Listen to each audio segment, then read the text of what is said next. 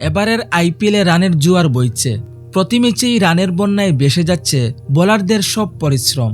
ব্যাটারদের এই একচেটিয়া দাপট ভালো লাগছে না ভারতের কিংবদন্তি অধিনায়ক সৌরভ গাঙ্গুলির। বিষয়টি দেখার জন্য বিসিসিআইকে অনুরোধও করেছেন তিনি।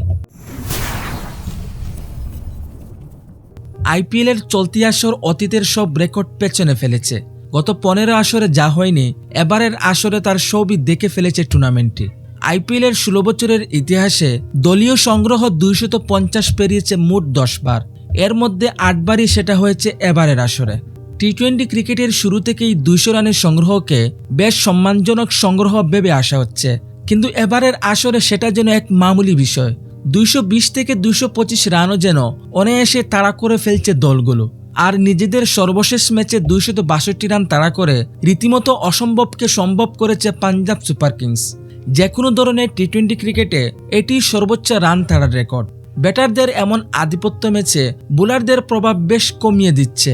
এমন বৈষম্য মানতে পারছেন না ভারতের সাবেক অধিনায়ক এবং দিল্লি ক্যাপিটালসের মেন্টর সৌরভ গাঙ্গুলি।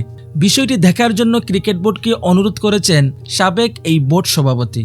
এ বিষয়ে সৌরভ গাঙ্গুলি বলেছেন, বোলারদের পক্ষে খেলাটা খুব কঠিন হয়ে যাচ্ছে।